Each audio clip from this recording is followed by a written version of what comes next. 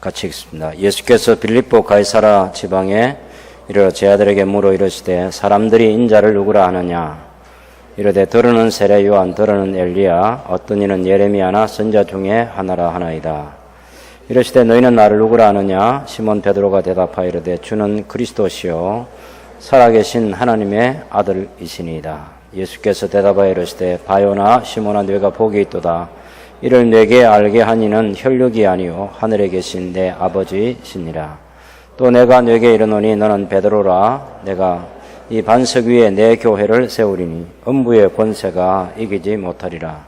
내가 천국 열쇠를 네게 주리니 네가 땅에서 무엇이든지 매면 하늘에서도 매일 것이요 네가 땅에서 무엇이든지 풀면 하늘에서도 풀리리라 하시고 이에 제 아들에게 경고하사 자기가 그리스도인 것을 아무에게도 이르지 말라 하시니라.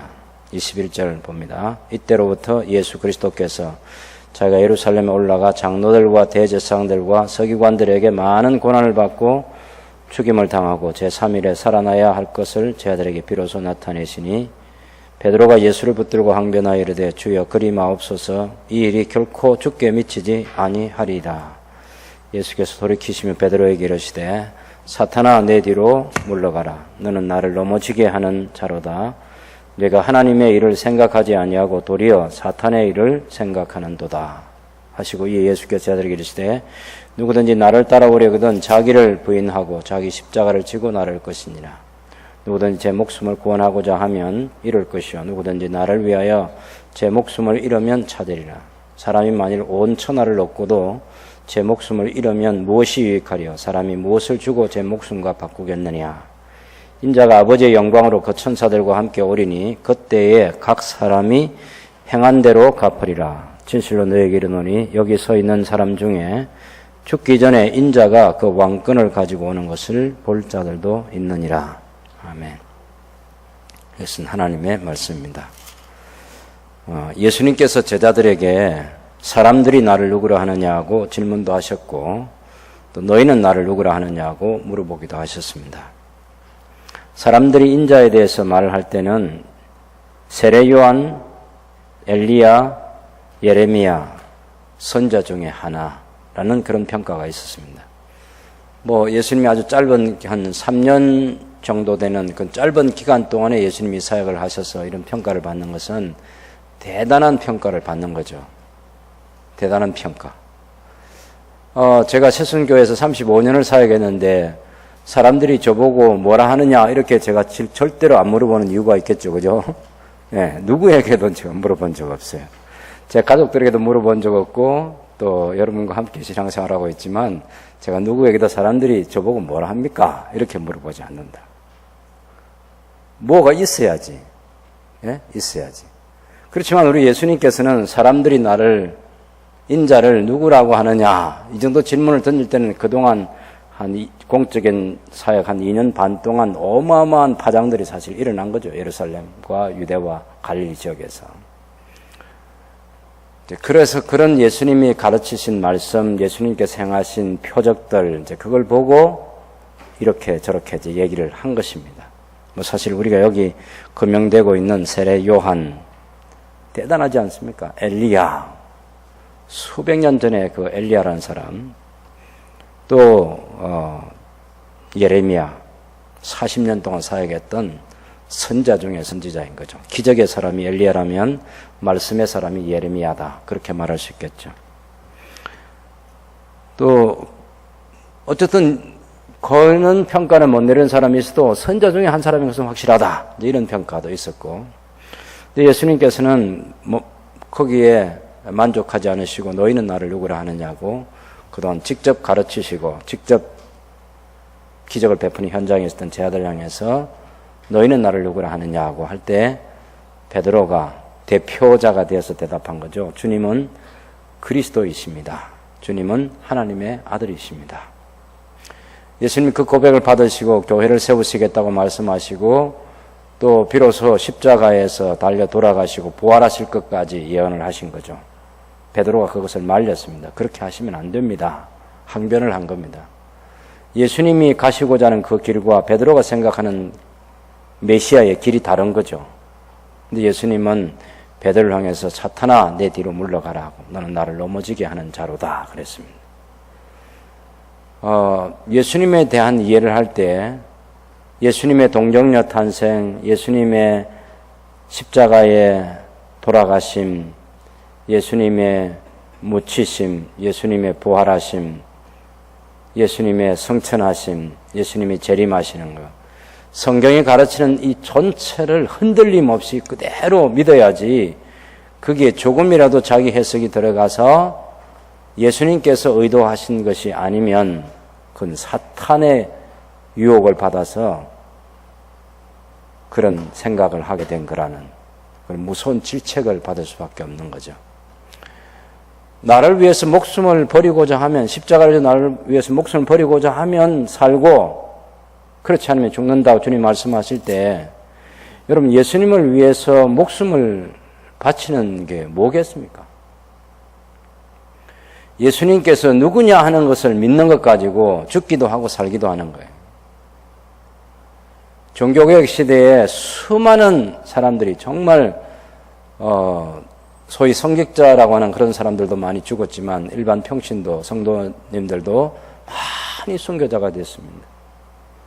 스코틀랜드에 있는 아름다운 그 수목에 대해서 얘기할 때 거기는 순교자의 피가 뿌려진 곳이라고 그렇게 얘기할 만큼, 그래서 그 수목이 그렇게 아름답게 우거졌다고 할 만큼 많은 사람들이 죽었습니다. 교리 때문에. 성경이 가르치는 믿어야 할 내용, 그것이 교리예요, 교리. 우리가 교리하면 딱딱하게 생각하는데 그렇지 않습니다. 죽고 사는 것이 달려있는 게 교리예요. 그래서 대표적인 교리를 해설해 갈 때 사도신경을 가지고 해설해 가는 거죠. 나는 전능하사 천지를 만드신 하나님 아버지를 믿습니다 하는 거. 우리가 천지의 창조주 아버지 하나님을 나는 믿습니다 하는 거죠. 하나님의 아들, 하나님의 독생하신 아들 예수 그리스도를 믿는다. 또한 성령님을 믿는다. 그 성령님께서 이루시는 구원사역 가운데 중요한 거룩한 교회, 거룩한 보편적인 교회, 우주적인 교회, 그런 교회를 믿고 또 성령께서 일하심으로 당연히 이루어질 수 있는 성도의 교제를 믿는 것이고, 몸이 다시 사는, 죄 용서 받는 것, 몸이 다시 사는 것, 영생을 믿는다는 것. 이것 때문에 죽기도 하고 살기도 하는 거죠. 예수를 입으로 시인하는 사람은 구원을 받고 예수를 부인하는 사람은 구원을 받지 못한다. 그렇게 말할 때 초대교회 성도들은 로마 제국이 겨누는 칼날과 창날 앞에서 바로 그 고백을 하는 거죠. 예수께서 나의 주님이시고 나의 하나님이시라는 그 고백을 하면서 기쁜 마음으로 순교자가 됐던 것입니다. 세상에서 우리가 복받고 하는 그런 게 중요한 거 아니잖아요. 물론 전혀 필요 없다는 그런 얘기는 아니지만 사도 바울의 생애만 하더라도 예수는 그리스도라는 그 하나의 메시지 때문에 자기 목숨을 걸었거든요. 예수님이 그리스도다. 그 예수님을 믿어야 구원 얻는다. 그게 어떤 살 한 점 붙이지 못하도록 하고 그것을 순전하게 믿어야 되는 거죠. 그것 때문에 지상에 아무것도 붙잡을 것도 없는, 붙잡은 적도 없는 모든 것들을 다 내려놓고 순교자의 제물로 하나님 앞에 갈 수 있었던 거죠. 여러분, 예수님도 한번 생각해 보세요. 예수님이 이 세상에 와서 아무것도 없이 오셨고 다 빌려 서시다가 마지막에 내 영혼을 아버지 손에 부탁합니다 하고 당신께서 돌아가셨습니다.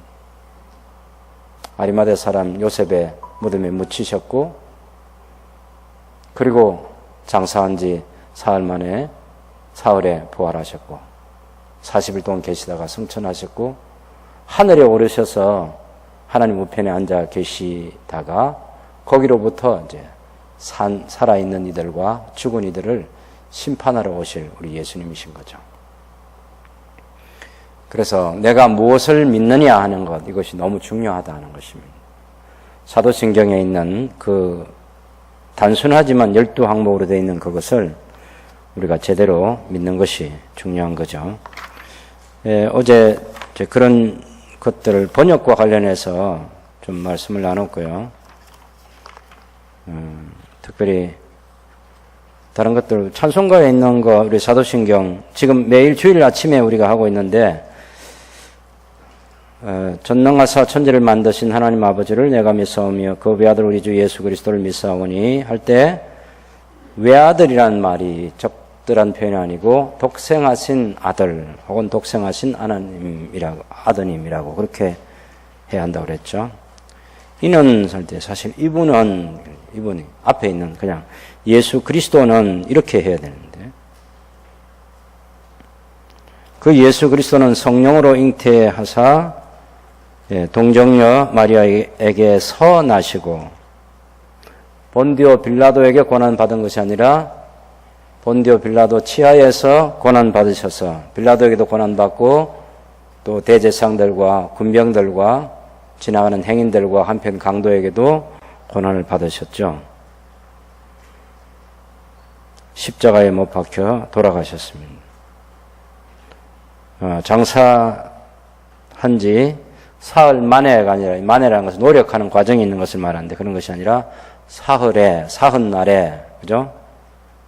죽은 자 가운데서 다시 살아나시며 하늘에 오르사 전능하신 하나님 우편이 아니고 하나님 아버지 우편에 앉아 계시다가 거기로부터 산자와 죽은 자를 심판하러 오시리라. 성령을 믿으며 거룩한 공예와 성도가 서로 교통하는 것과 죄를 사해 주시는 것과 몸이 다시 사는 것과 영원히 사는 것을 믿습니다. 근데 이 천주교에서는 말이죠, 이렇게 돼 있어요. 천주교의 사도신경 제가 한번 읽어볼게요. 전능하신 천지 성부, 천주 성부, 천지의 창조주를 저는 믿나이다. 그 외아들 우리 주 예수 그리스도님 성령으로 인하여 동정녀 마리아께 잉태되어 나시고 본시오 빌라도 통치 아래서 고난을 받으시고 십자가에 못 박혀 돌아가시고 묻히셨으며 저승에 가시어 사흔날에 죽은 이들 가운데서 부활하시고 하늘에 올라 전능하신 천주 성부 오른편에 앉으시며 그리로부터 산 이와 죽은 이를 심판하러 오시리라 믿나이다. 성령을 믿으며 거룩하고 보편된 교회와 모든 성인의 동공을 믿으며 죄의 용서와 육신의 부활을 믿으며 영원한 삶을 믿나이다. 사실 이 천주교에서 하고 있는, 로마 천주교에서 하고 있는 사도신경이 우리말 번역이 우리가 하고 있는 것보다는 우리말 어법에 맞는 표현들이 많아요. 네. 천주교에서 발행한 성경도 보면 우리말 어법에 맞게 하기 위해서 고쳐놓은 것이 굉장히 많습니다. 제가 그 성경을 외경이 들어있고 그래서 그 성경으로 인정하지는 않습니다만은 같은 내용일 때 우리말로 잘 표현된 것들이 많이 있어요. 여기서도 이제 심각한 게 뭐냐면 예수님께서 십자가에 못 박혀 돌아가시고 묻히셨으면 그건 괜찮은데 그 다음에 저승에 가시어 이렇게 되어 있는 저승에 가시어요. 죽은 자가 하는 것이 저승이잖아요. 그죠? 우리 장례식 할 때 그 불신자들 상여 메고 갈 때 그 앞에 그 소리꾼이 하는 말들 잘 들어보면 황천길 가는 영혼이 머물 곳이 어딘지 그런 것에 대한 얘기도 있고 저승에 대한 얘기를 많이 합니다. 저승에 가시고 이렇게 되죠. 묻히시고 저승에 가셨다. 그래서 저승에 간 걸 이 유명한 캐톨릭에서 그 유명한 선생 차동엽 신부님 계신데 이 신부님이 사도신경을 해설해 놓은 걸 보면 저승에 가시어라는 이 저승이 어디냐라고 말할 때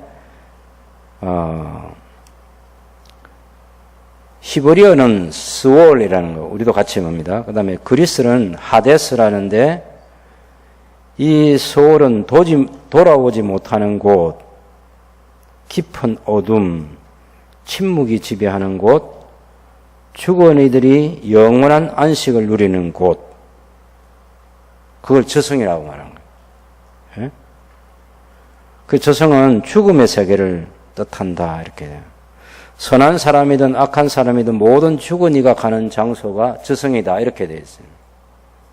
왜 이렇게 천주교에서는 왜 이렇게 하느냐면 그래야 연옥 교리를 만들어낼 수 있어요.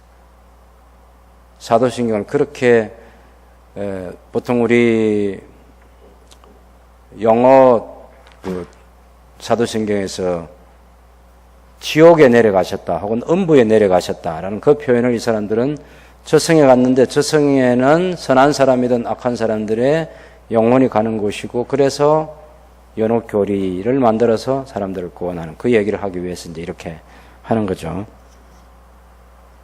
예.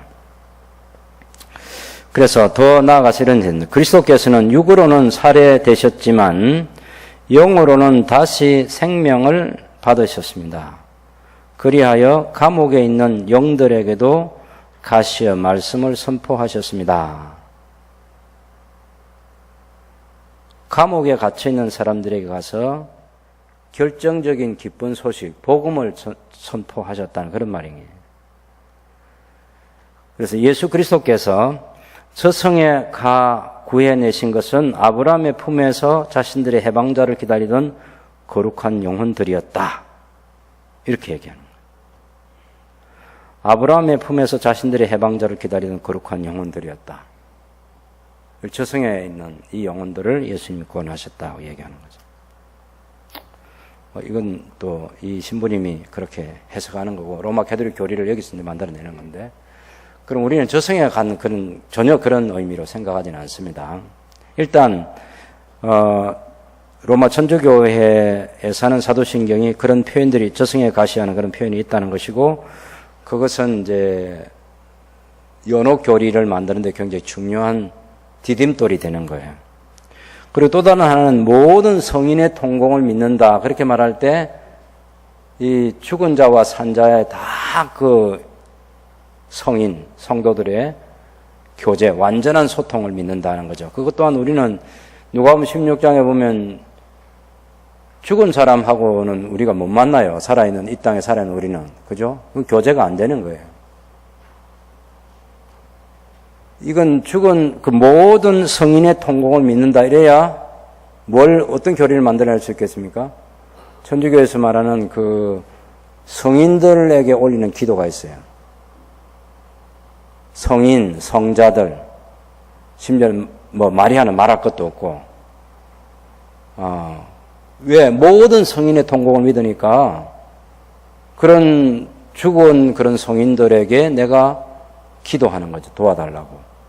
여러분 옆에 있는 이 건물도 성프란시스코 수녀회에서 만든 그런 복지 시설인데 이거 이제 그 입당식 하는 날 왜 그렇게 했냐고 설명할 때 우리나라 한국의 수호 성인 요셉의 성인이 요셉이라는 성인이 우리나라를 지키는 수호 성인인데 그 수호 성인의 축일이 바로 그날이라는 거예요. 이게 그분들은 그 생각이 가능한 것입니다. 그런 식으로 발전시켜서 생각하는 거죠. 그러니까 모든 성인의 통공을 믿는다 할 때 바로 그런 것까지도 다 포함해서 근데 우리는 죽은 이를 위해서는 단 한 번도 교제가 이루어진다고 얘기하지 않아요. 제가 우리 성도님들의 가족들 장례식에 가서도 죽은 이를 위해서는 단 한마디 기도도 안 하는 거죠. 예. 그건 제가 기도할 영역이 아닌 거죠. 살아있는 성도들을 위해서 기도하고 가족들을 위해서 기도하는 거지 죽은 이를 위해서는 기도하지 않아요. 죽은 이하고 우리하고는 소통이 안 이루어지는 거죠. 그래서 이분들이 이제 번역도 그렇게 해놓고 또 해석도 하는 것이 우리가 받아들일 수 있는 그런 것은 아니다라는 것이고 성경에도 잘 돼 있어요. 성경에도 보면 전능하신 하나님 아버지 하늘과 땅의 창조주를 믿나이다.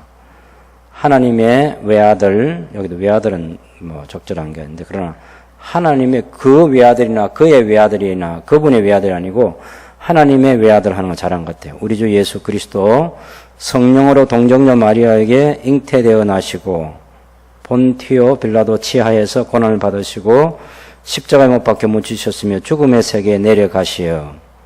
이것도 이제 여기 함정이 있는 거죠. 묻히셨는데 또 죽음의 세계에 예수님이 내려가셨다라는. 그리고 사흘 만에 죽은 자들 가운데서 부활하시고 하늘에 올라 전능하신 하나님 아버지 오른편에 앉아 계시며 산 이와 죽은 이를 심판하러 다시 오시리라 믿나이다. 성령을 믿으며 거룩한 공교회와 모든 성도의 상통을 믿으며 막힘이 없이 서로 소통하는 상통이라고 그러죠. 죄의 용서와 몸의 부활을 믿으며 영원한 삶을 믿나이다. 이렇게 됩니다. 어쨌든 그 사도신경이라고 하는 것은 뭐 우리 개신교에서 하는 사도신경이라 로마 천주교에서 하는 사도신경이나 성공에서 하는 사도신경이나 전 세계에 기독교라는 이름을 붙일 수 있는 우리는 안 붙이고 싶지만 그래도 온 세상이 그렇게 다 붙여줘요. 붙여주기 때문에 기독교라는 이름으로 불리는 모든 곳에서 사도신경이 신앙 고백으로 사용되고 있다는 것입니다. 예. 어디나 할 것 없이. 유해무 교수님도 얘기할 때 삼위일체 교리와 기독론은 서방교회에 빚을 졌다. 그 말은 서방교회, 로마 천주교회가 삼위일체 하나님과 기독론 예수 그리스도에 대해서는 충분히 그 교리를 체계화 세워줬다는 것을. 그 혜택을 당연히 종교개혁자들도 누린 것이고 우리 신학도 그것을 벗어나지 않는 거죠. 그때까지는 그 신학이 발전했으니까. 그런데 이제 많은 것들을 우리가 버려야 될 것이 있기 때문에 같이 갈 수 없는 여러 가지가 있는 거죠. 그래서 사도신경을 가지고 신앙 고백을 하는 것 자체는 이것이 벌써 이제 주후 300년경 그때 나왔던 문서들에서 사도신경의 완전한 오늘 우리가 하고 있는 이 완전한 본문이 그렇게 다 들어있고 그 이후에 이제 사도신경만으로는 좀 더 부족해서 니케아 신경이나 또 니케아 콘스탄티폴 신조나 혹은 아타나시우스 신조나 뭐 그런 것들을 좀 더 보완해 가지고 성령에 대해서 좀 더 얘기를 많이 한 그런 부분들이 있죠. 제가 니케아 신경에 대해서 어제 말씀드렸는데 한번 들어보시면 나는 하늘과 땅을 지으시고 보이는 것이나 보이지 않는 모든 것을 지으신 전능하신 아버지이신 한 하나님을 믿는다. 나는 한 주 예수 그리스도를 믿는다. 그는 하나님의 독생자이시며 모든 세상이 있기 전에 하나님에게서 나셨으며 하나님의 하나님이시요 빛의 빛이시요 참 하나님의 참 하나님이시다.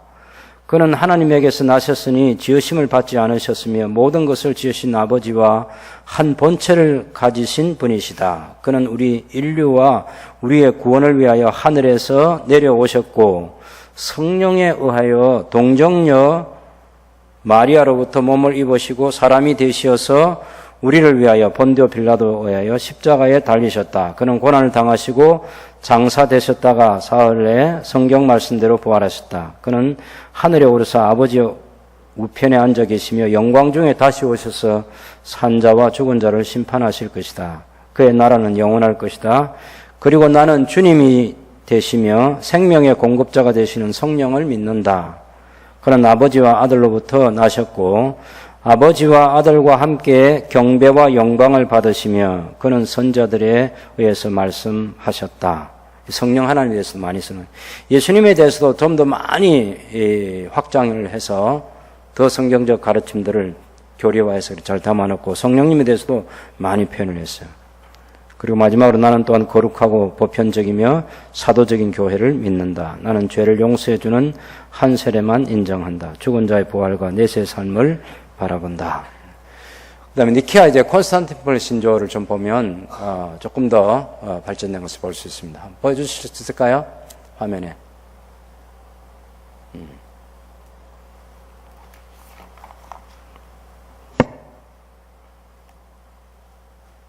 네, 같이 한번 읽어보면 좋겠습니다.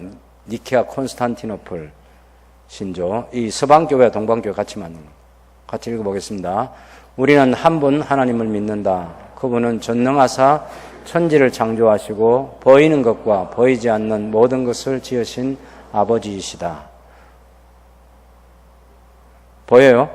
예.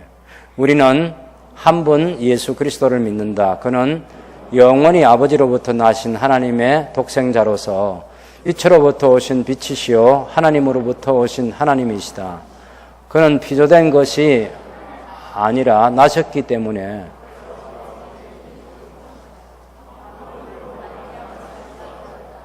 그는 우리의 구원을 위하여 하늘로부터 내려오사 성령과 동정녀 마리아를 통하여 성육신하셔서 인간이 되셨다. 그는 우리를 위해 본디오 빌라도에 의해서 십자가에 못 박히사 고난을 받으시어 장사 지낸 바 되셨다. 그리고 그분은 성경대로 사흘 만에 죽은 자들로부터 부활하셔서 하늘에 오르시고 하나님 우편에 앉으셨다. 그는 살아있는 자와 죽은 자를 심판하시기 위하여 영광 가운데 재림하시고 그의 나라는 영원 무궁할 것이다. 우리는 주님이시고 생명의 부여자이신 주신 성령님을 믿는다. 그분은 아버지로부터 나오시고 아버지와 아들과 더불어 동일한 예배와 영광을 받으신다. 이 성령님은 예언자들을 통하여 말씀하셨다. 우리는 또한 하나의 거룩하고 보편적인 사도적인 교회를 믿는다. 우리는 죄 사함을 위한 하나의 세례만을 인정한다. 우리는 죽은 자의 부활과 장차 임할 세상에서의 영생을 바라본다. 니케아 신조에서 조금 더 붙어서 좀 더 성경에 대한 교리를 잘 담아낸 그런 부분이라고 봅니다. 그 다음에 이제 우리가 하나 봐야 될 것이 있는데 아타나시우스 성경입니다. 아타나시우스 성경.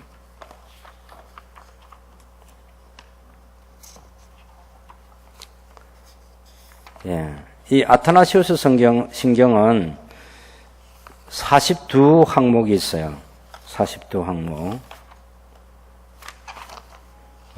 그 가운데 첫 번째 것은 보시면 1번은 구원을 받고자 하는 사람은 무엇보다도 먼저 보편적인 신앙을 확고히 가져야 합니다. 누구든지 이 신앙을 완전하고 손상됨 없이 지키지 않는 사람은 영원히 멸망받을 것임에 틀림없습니다. 하면서 이제 그 다음에 이 3항부터는 28항까지가 삼위일체 하나님이라는 얘기예요.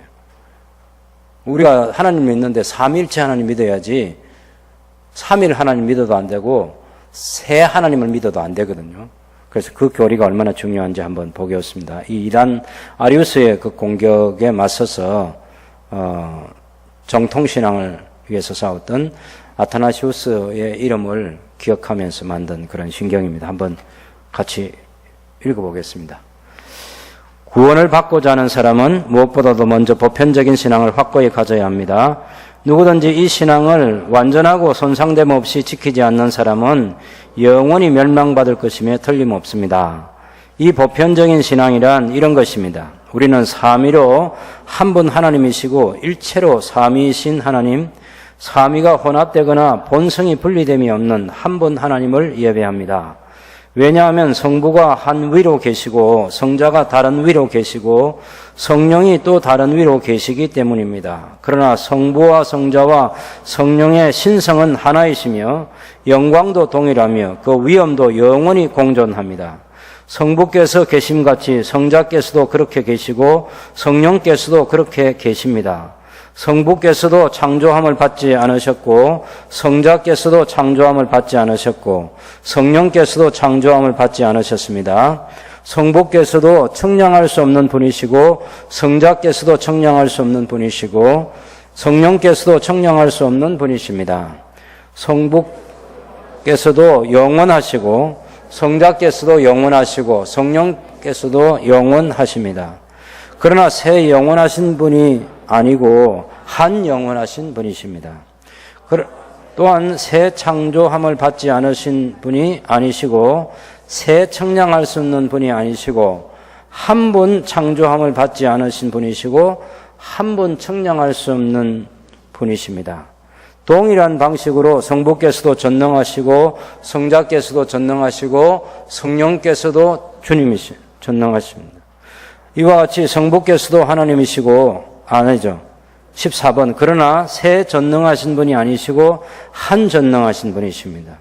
이와 같이 성부께서도 하나님이시고 성자께서도 하나님이시고 성령께서도 하나님이십니다. 그러나 세 하나님이 아니시고 한 하나님이십니다. 이와 같이 또한 성부께서도 주님이시고 성자께서도 주님이시며 성령께서도 주님이십니다. 그러나 세 분의 주님이 아니시고 한 주님이십니다. 왜냐하면 기독교의 진리가 우리로 하여금 각 위가 각기 하나님이시오 주님이심을 고백하도록 하는 것 같이 보편적인 신앙은 우리가 세 하나님이나 세 주님으로 말하는 것을 금하기 때문입니다. 그래서 성부께서는 만들어지지도 않으셨고 창조되거나 누군가로부터 나시지도 않으셨습니다. 성자께서는 오직 아버지에게서만 나시고 만들어지지도 않으셨고 창조되지도 않으셨고 나시였습니다. 성령께서는 만들어지지도 않으셨고 창조되지도 않으셨고 나시지도 않으셨고 성부와 성자로부터 나오셨습니다.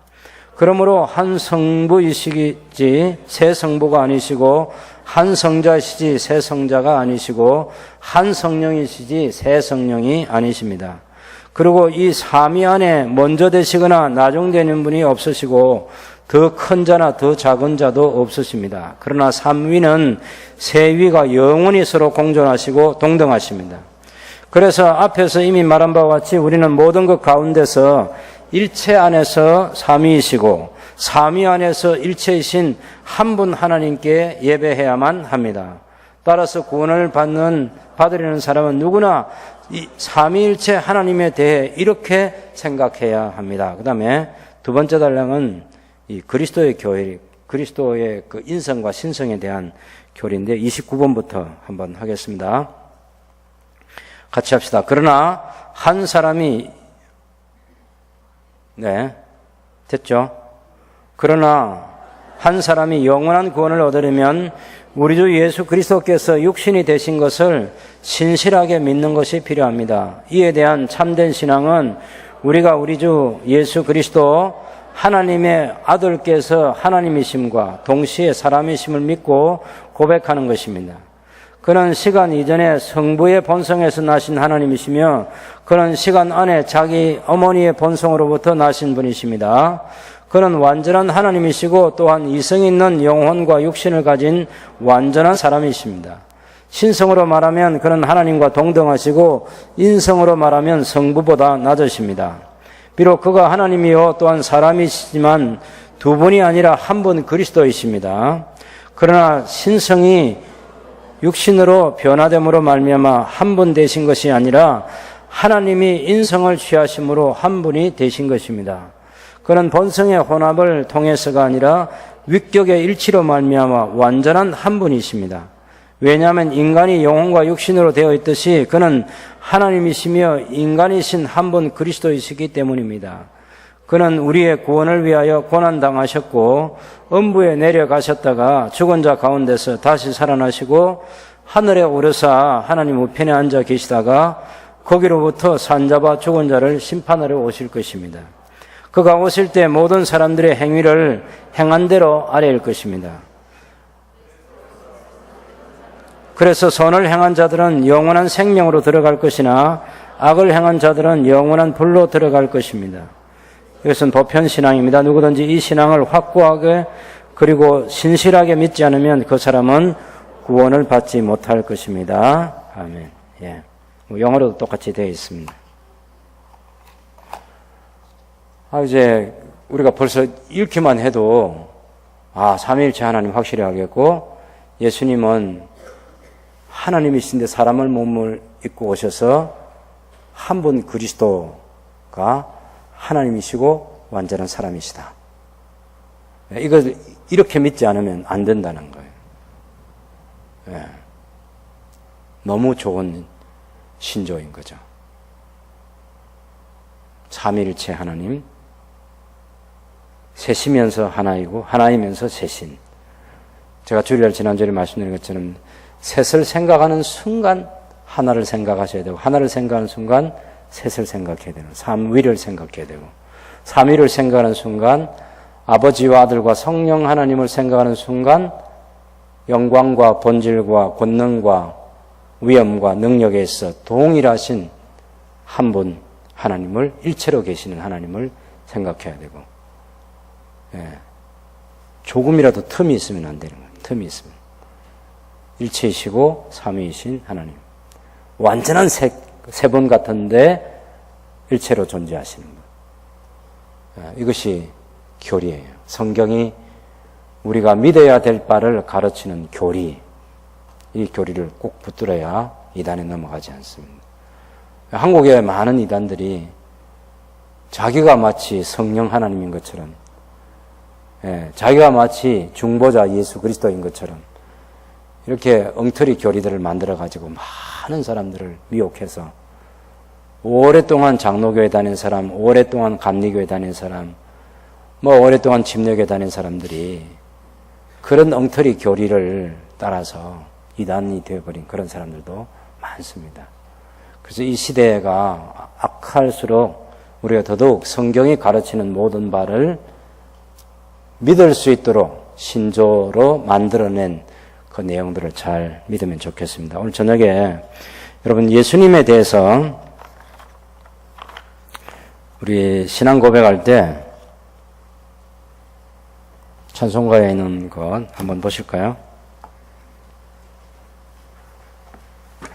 우리 옛날 것도 좋고 새 사도신경도 좋은데, 새 사도신경도 본디오 빌라도의 권을 받아 십자가에 못 박혀 죽으시고, 새 사도신경도 고쳐서 한번 읽어보면, 나는 하나님의 유일하신 아들 우리 주 예수 그리스도를 믿습니다.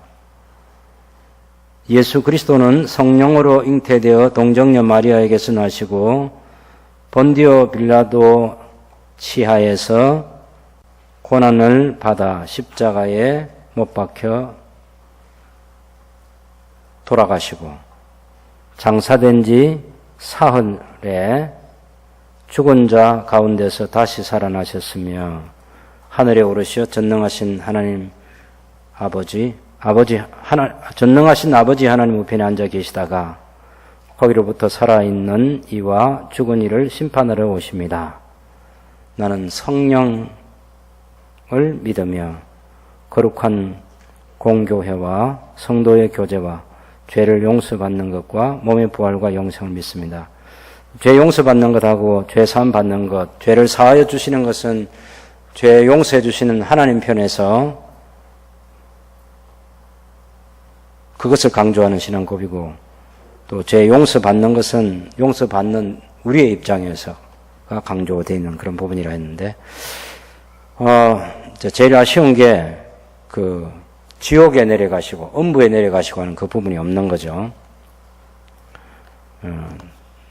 십자가에 못 박혀 달려 돌아가시고 장사되시고 묻히시고 그 다음에 음부에 내려가셨으면 혹은 지옥에 내려가셨으면 이게 있어야 된다는 것. 우리 한국 찬송가의 역사에 보면 이 비극적인 역사가 있습니다. 그런데 이 사도신경에서 이 슬그머니 사라진 이 지옥에 내려가서 이것을 살려내야 되는데, 여러분 우리가 하이델베르크 신앙 고백 그 문답서가 있어요. 요리문답, 하이델베르크 요리문답. 이건 이제 하이델베르크 요리문답이고, 이건 그 소교리 문답인데, 성경 많이 읽으시고 이 두 권에 들어있는 내용만 간직하셔도, 다른 성경 공부 안 하셔도 충분히 믿어야 될 것을 알아야 될 것 알고 믿어야 될 것을 믿을 수 있다. 그렇게 생각할 만큼 대단히 좋은 게 우리 웨스트민스터 표준 문서라고 하는 33가지 혹은 35가지의 신앙 고백, 대교리 문답, 소교리 문답, 소교리 문답만 해도 충분해요. 소교리 문답. 제가 그것에 대해서는 많이 읽고 그것을 성경구절 다 찾아가지고 가르쳐보고, 그래서 제가 신학교 갔는데, 신학교 가니까 그걸 조직신학이라고 하는 걸 갖고 가르치니, 그게 그 속에 다 들어있더라고요. 그 범위 넘어서지 않습니다. 그래서 소요리 문답, 문답이나 이런 하이델베르그 요리 문답. 우리가 개혁교회의 일치 신조에 대해서 얘기할 때 벨직 신앙 고백, 이것은 벨기에 신앙 고백이라는데 사실 화란이에요. 그 당시는 네덜란드가 지금의 벨기에하고 화란하고를 하나로 되어 있던 나라이기 때문에 벨기에 신앙 고백이 있고 화란 신앙 고백, 네덜란드 신앙 고백이라 하기도 하고 벨기에 벨직 신앙 고백이라 하는 그거 하나 하고 그 다음에 하이델베르크 요리 문답, 독일에 있는 하이델베르크 요리 문답, 그 다음에 도르트 신경이라고 하는 거, 칼빈주의 5대 교리라고 하는 5가지 굉장히 중요한 거 있는데 그것을 개혁교회가 일치해서 믿어야 될 신경이라고 하고, 우리 이제 또 특별히 개혁교회 가운데 가장 마지막으로 제일 완성된 문서로 나타난 게 웨스트민스터 신앙 고백서, 그 다음에 웨스트민스터 대교리 문답, 웨스트민스터 소교리 문답. 이것이 이 속에 성경이 가르치는 교훈, 우리가 알아야 될 성경적 지식들, 우리가 믿어야 될 내용들 그 속에 다 들어있는데, 왜 우리가 지옥에 내려가셔서 이거 살려내야 되는가 하면, 하나는 하이델베르크 요리문답에도 보면 44문에 지옥에 내려가사라는 말이 왜 첨가되어 있습니까? 이런 질문이 있고요. 내가 큰 고통과 중대한 시험을 당할 때에도 나의 주 예수 그리스도께서 나를 지옥의 두려움과 고통으로부터 구원하셨음을 확신하고 거기에서 풍성한 위로를 얻도록 하기 위함입니다.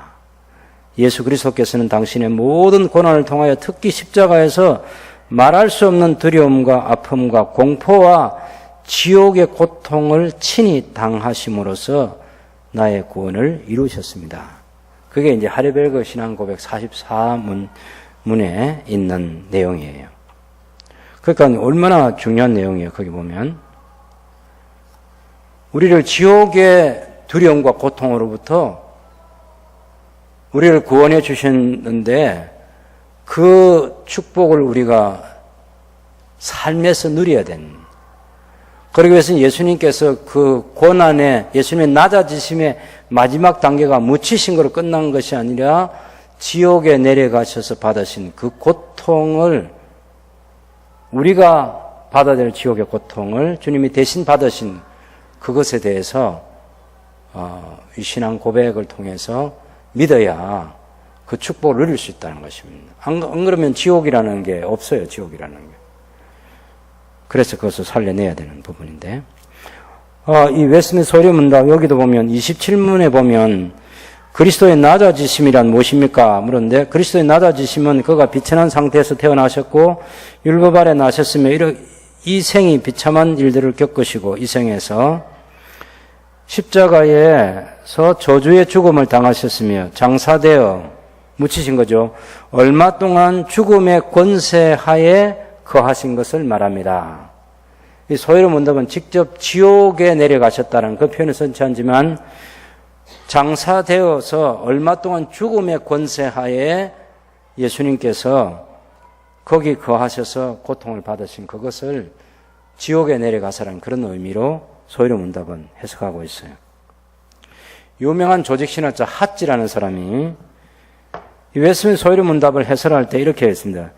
지옥에 내려가셨다라는 것이 무슨 뜻이냐고 할 때 그리스도께서 낮아지셨을 때에 장사되어 한동안 죽음의 권세 아래 계셨다는 의미이고, 그리스도 사도신경에서 예수님의 낮아지심의 마지막 단계를 지옥에 내려가사라고 표현한 것이다. 이렇게 말했습니다. 예수님의 낮아지심의 최종 단계가 뭐냐? 지옥에 내려가셨다라는 것입니다. 칼빈은 이걸 이제 왜 그러면 이 지옥에 내려가사 이게 있고 없느냐 하는 것은 어떤 사본에는 이 지옥에 내려가사라는 게 없어요. 어떤 사본에는 있습니다. 그래서 1300년 동안 지옥에 내려가사라는 이 사본, 있는 사본을 가지고 신앙의 교리를 다 만들어서 가르치고 알고 믿고 그렇게 했는데 이게 설거문이 빠졌는데, 골치 아픈 걸 그냥 빼면 안 되겠는데 빼면 그것이 주는 큰 유익을 잃어버리기 때문에 빼면 안 된다는 것입니다. 칼빈이 이런 얘기를 했어요. 극히 유익한 따라서 버려서는 안 될 비밀을 간직하고 있다는 점에서 필요하다. 근데 문자적으로 해석할 필요는 없다. 칼빈은 이렇게 얘기했어요. 만약 그리스도께서 육체의 죽음만 겪으셨다면 아무 일도 이루어지지 않았을 것이다. 그리스도께서 대리자로서 하나님의 진노를 당하실 뿐 아니라 하나님의 의로운 심판을 만족시키기 위해서 하나님의 혹독한 보응을 받는 일도 필요했다. 예수님이 대리자로서 하나님의 진노를 당하셨는데 하나님의 의로운 심판을 만족시키기 위해서 하나님의 혹독한 보응을 받으실 필요가 있습니다. 그것을 지옥에 내려가사라는 그 마지막 그 낮아지심의 최종 단계를 가지고 칼빈이 해설을 했습니다.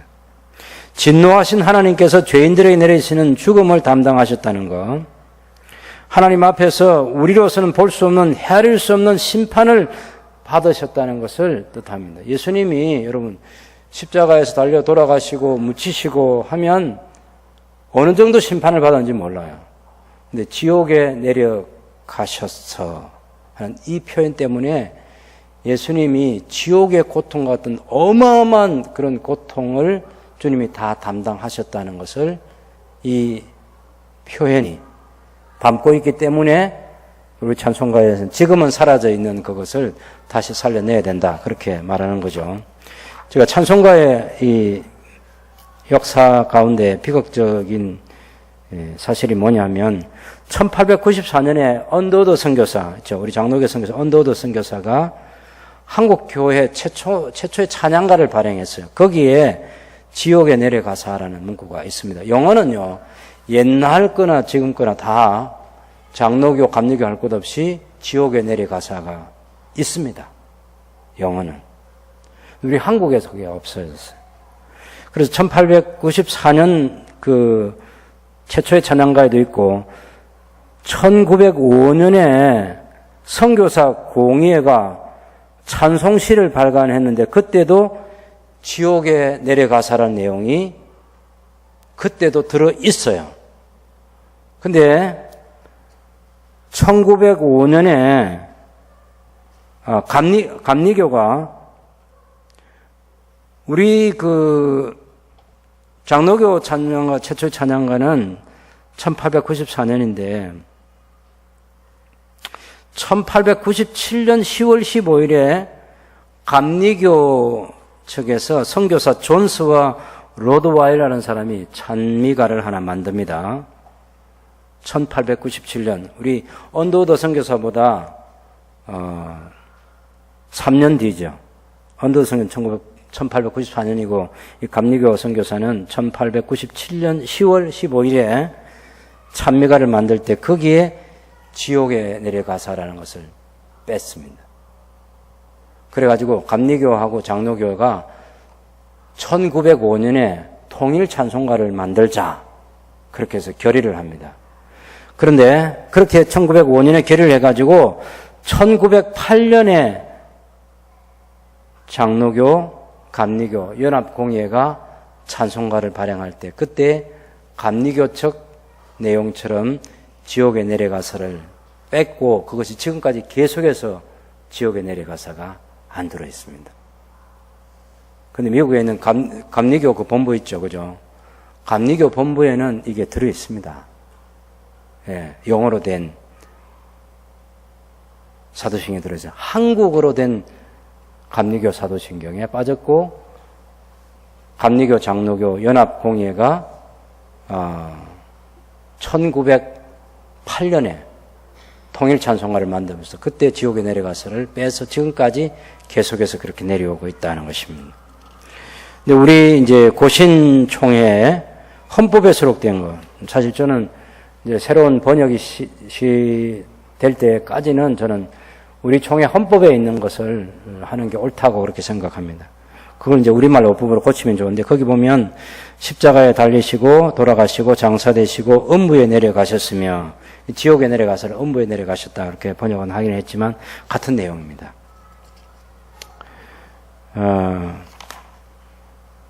그러면 이 하이델베르크 요리문답에 지옥에 내려가셨다 하는 이것이 들어있는데,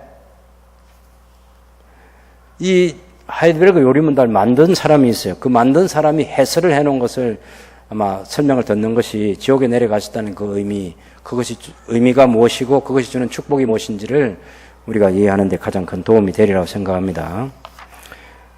유명한 사람이 누구냐면 우르시스라는 사람인데, 우르시누스라는 사람.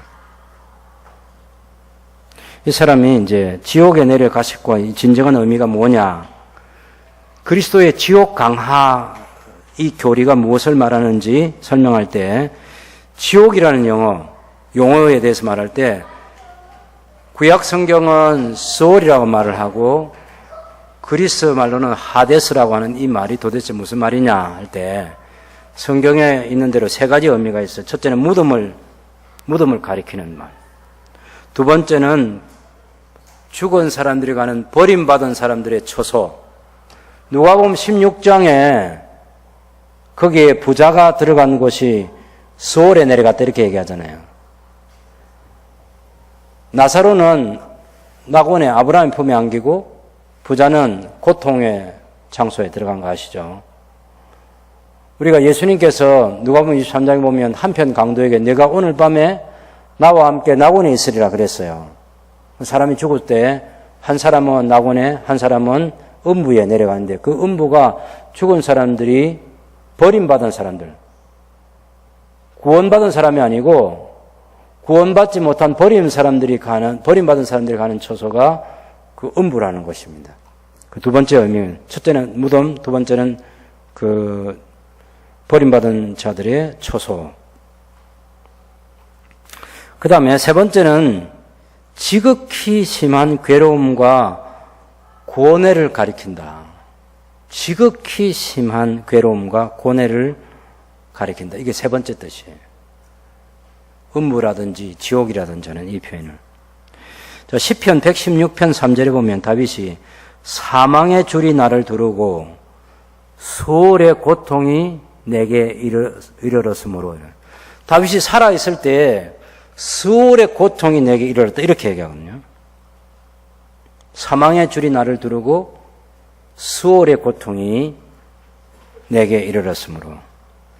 그러니까 말할 수 없는 고통이 자기에게 이르렀다 그 말입니다. 또 이제 여호와는 죽이기도 하시고 살리기도 하시며 수월에 내리기도 하시고 거기에서 올리기도 하시는 도다 이렇게 되어 있어요. 여기 이제 두 개씩 딱 대비를 해놨습니다. 여호와는 살리기도 하시고 죽이기도 하시고, 그죠? 여호와는 수월에 내리기도 하시고 올리기도 하시고, 이 정반대를 얘기하는 정반대. 그래서 사는 것과 죽는 것, 그 다음에 수월에 내리기도 하시고 올리기도 하실 때 당연히 올리는 것은 영광스러움 가운데 올려지는 것이고 수월에 내려지는 것은 고통 가운데 처해지는 것을 말하는 거죠. 그래서 사망의 줄이 나를 두르고 수월의 고통이 내게 이르렀으므로 하는 시편 116편 3절의 말씀이 굉장히 중요하고, 지극히 심한 고통 속에서도 있게 하시기도 하고 후에 거기서도 건지시기도 하시는 사무엘상 2장 6절에서 그 한나의 노래 가운데서 들어있는 내용입니다. 그래서 그럼 지옥에 내려가시고 혹은 음부에 내려가시다는 이 용어를 무덤이라는 의미로 해석할 거냐, 아니면 버림받은 자들이 처해지는 그 고통의 장소를 말할 거냐, 아니면 말할 수 없는 그 고통, 지극히 심한 그 고통과 고뇌를 당하신 것을 말할 거냐, 그럴 때 요 세 번째 의미가 맞다는 것입니다. 죽음의 장소라고, 그 지옥이라고, 우리가 장차 영원한 지옥에 가는 거 있잖아요. 구더기도 죽지 않는.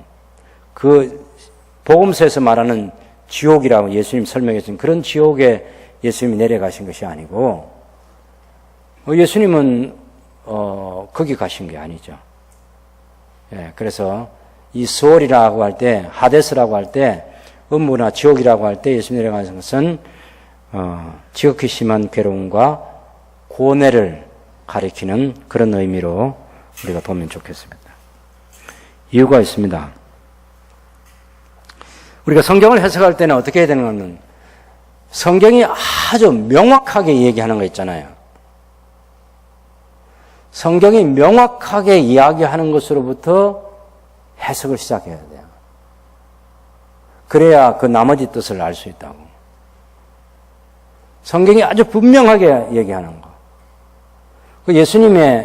예수님께서 한번 돌아가시는 장면 한번 생각해 보시면, 한편 강도한테 네가 오늘 밤에 나와 함께 낙원에 있을 것이라 그랬죠. 그럼 예수님 낙원에 가셨잖아요. 그게 너무 명확하잖아요. 근데 예수님이 우리가 영원한 지옥, 구더기도 죽지 않는 그 지옥에 내려가셨다 그러면 안 되는 거잖아요. 이해하시죠? 예수님은 그걸 낙원에 가셨어요. 예수님께서 또 말씀하실 때 내 영혼을 내가 다 이루었다 하시고 내 영혼을 아버지 손에 부탁합니다 그랬죠. 그 아버지 손에 부탁했는데 아버지가 그러면 구더기도 죽지 않는 그 지옥에 예수님 내려가시게 하셨어요? 내 영혼을 아버지 손에 부탁합니다 그랬는데 죽은 자들이 버림받은 누가복음 16장에 나오는 그 부자가 갔던 그 고통의 장소에 손가락 끝에 물 한 방울을 그리워할 수밖에 없는 그 심한 타는 목마름 있는 그곳에 예수님이 묻히신 다음에 내려가셨다고? 그러면 안 되는 거죠. 그럼 성경이 해석이 안 되는 거예요. 성경이 풀려지지 않아. 그 성경을 해석할 때는 아주 명확한 것으로부터 하나씩 성경을 풀어가는 그런 지혜가 필요한 거죠. 그래서 성경이 우리에게 있는 거죠. 그렇다고 해서 예수님의 신성이 내려가거나 예수님의 그 영혼이 내려가신 거 그것도 아니에요. 성경 어느 곳에도 그것을 말하지 않아요. 첫 번째 제가 말씀드린 것은 예수님의 죽은 다음에 묻히신 것, 그리고 묻히신 것은 뭐가 묻혀서 육체가 묻혔잖아요. 내 영혼을 아버지 손에 부탁합니다. 아버지 손에 맡겨졌고, 그리고 한편 강도에 네가 나와 함께 낙원에 있을 것이라 했는데 낙원에 가셨잖아요. 그래서 그것은 그 예수님의 그 십자가에 달려 죽으시고 고난 받으시고 또 왜 나를 버리셨으면 절규하시고 그리고 운명하시고 묻히시는 그 모든 것에 대해서 하나님의 무서운 진노가 예수님에게 내려져서 우리의 모든 죄를 다 예수님이 담당시켰을 때 예수님이 말할 수 없는 그 고통, 지옥에서의 영원히 받을 그 고통과 같은 그런 하나님의 진노를 당하셔서 말할 수 없는 그 고난에 처해지신 것을 표현할 때 지옥에 내려가셨다는 이 표현을 쓰고 있다는 것입니다. 그래서 예수님의 영혼이 무슨 지옥에 내려가가지고 그 교황주의자들이 말하는 것처럼 예수님이 죽은 옥에 있는 영들에게 가서 복음을 전파하고 그들을 구원하기 위해서 내려가셨다. 그 말도 안 되는 그런 건 성경에 없어요. 그런 건 성경에 없어요. 그렇게 해석하면 안 되는 거죠. 이런 해석을 하는 거죠. 예수님께서 말씀하신 낙원, 예수님께서 말씀하신 그 기쁨의 장소, 예수님 말씀하신 구원, 그것은 지옥에는 없어요. 그런 거죠. 그래서 예수님 지옥에 내려가셨다는 그 말을 물리적인 장소로서의 지옥에 내려가셨다. 그렇게 해석을 하면 안 된다는 것입니다. 예수님이 영혼으로 지옥에 내려가셨다면 무언과 고난을 당하시기 위함인데 그게 잘못됐다는 거죠. 조상들을 해방시키기 위해서 갔든지 죽은 자들을 아니면 고난을 당하기 위해서 갔다든지 그것이 예수님이 이미 다 고난을 받으셨고 그리고 아버지 손에 맡겨진 거죠. 그래서 이 땅 위에서 고난당하심으로 모든 일을 다 예수님이 다 이루었다고 그렇게 말씀하셨기 때문에 더 이상 우리는 그런 것들을 로마 천주교에서 말하는 것처럼 그렇게 해석해서는 안 된다라는 것입니다. 물론 베드로 전서 4장에 보면 베드로전서 4장 6절에 죽은 자들에게도 복음이 전파되었으니 이런 표현이 있어요. 죽은 자들에게도 복음이 전파되었다. 근데 그건 어떻게 해석이 되는가 하면 그 죽은 자들이 살아있을 때 복음이 전파됐고 지금은 죽어 있다. 그 말이지. 그 죽은 자들이 살아있을 때 복음이 전파됐다는 것이지 죽은 자들이 지옥에 가 있는데 그 지옥에 예수님께서 내려가셔서 무슨 복음을 전파하고 거기서 구원을 하시기 위해서 아까 그 로마 천주교에서 얘기하는 저승에 가서 저승에 있는 연옥에 있는 자들을 구원하시기 위해서 가셨다. 그런 교리를 만들면 안 된다라는 것입니다. 그건 성경을 가지고 성경을 해석하는 게 아니에요.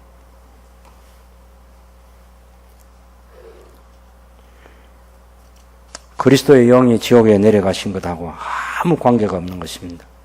예수님께서 땅 아래 낮은 곳으로 내려가신 거, 여러분 에베소 4장 9절 한번 읽어볼까요? 에베소 4장 9절.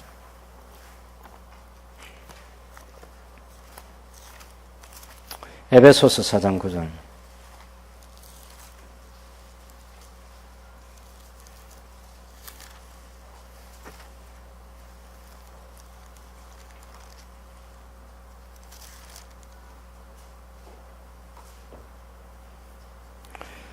사장 8절부터 그러므로 이러기를 그가 위로 올라가실 때에 사로잡혔던 자들을 사로잡으시고 사람들에게는 선물을 주셨다 하였도다. 올라가셨다 하여선즉 땅 아래 낮은 곳으로 내려가셨던 것이 아니면 무엇이냐. 내리셨던 그가 곧 모든 하늘 위에 오르신 자니 이는 만물을 충만하게 하려 하심이라. 거기 올라가셨다 하여선즉 땅 아래 낮은 곳으로 내리셨던 것이 아니면 무엇이냐. 예수님께서 하늘에 오르신 것은 영광 가운데 오르신 거죠. 낙원에 오르신 거예요. 하나님 아버지 우편에 오르신 거잖아요. 그래서 내리셨다고 그렇게 표현할 때 그것은 올라가신 것의 정반대편을 얘기하는 그런 내용입니다. 그래서 땅 아래 낮은 곳으로 내리셨다는 것은 세계의 가장 낮은 부분이 땅인데 그 땅에까지 예수님이 내려가신 거죠. 땅과 하늘을 지금 대비시켜서 얘기하는 거죠. 올라가셨다, 내려가셨다 그런 표현을요.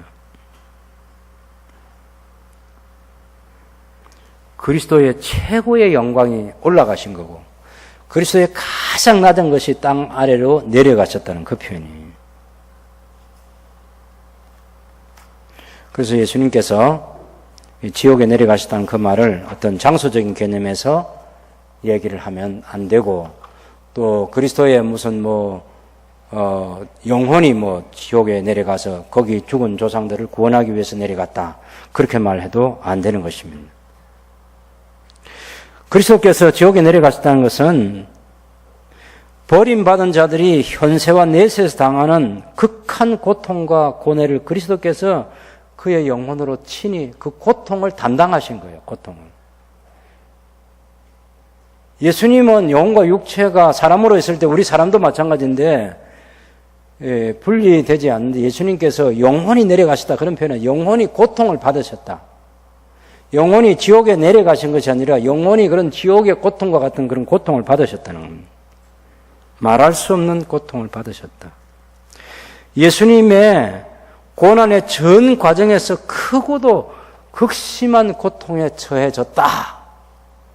이게 장차 우리가 지옥에 가서 받을 그 고통인데 그런 고통을 예수님께서 다 받으셨다는 것을 표현하기 위해서 묻히시고 하는 것까지는 안 되고 지옥에 내려가셨으며 하는 그 표현까지 동원이 돼야만 예수님이 받으신 고난의 그 극치를 우리가 이해할 수 있다는 것입니다. 예수님께서는 몸만이 아니라 우리의 영혼도 구원하셔야 하기 때문에 그렇습니다. 또 예수님께서는 우리를 지옥의 고뇌와 고통에서 구원해야만 하기 때문에 예수님이 그렇게 고난당하셔야 했던 것입니다. 그래서 예수님의 영혼의 고뇌와 고통을 의미한다. 지옥에 내려가셨다는 걸 그렇게 해석해야 합니다. 무슨 다른 걸로는 설명을 하면 안 돼요. 그러면 우리가 그 예수님이 지옥에 내려가셨다는 그 교리가 우리에게 가져주는, 그 신앙고백이 가져주는 예수님의 영혼이 그런 말할 수 없는 고통을 받으셨다. 하나님의 죄인에 대한 무서운 진노, 그 진노를 예수님께서 다 담당하셨다. 그것이 우리에게 주는 유익이 있겠죠. 그래서 이 사도신경의 교리가 만들어지는 거죠. 그리스도께서 지옥에 내려가신 것은 그리스도께서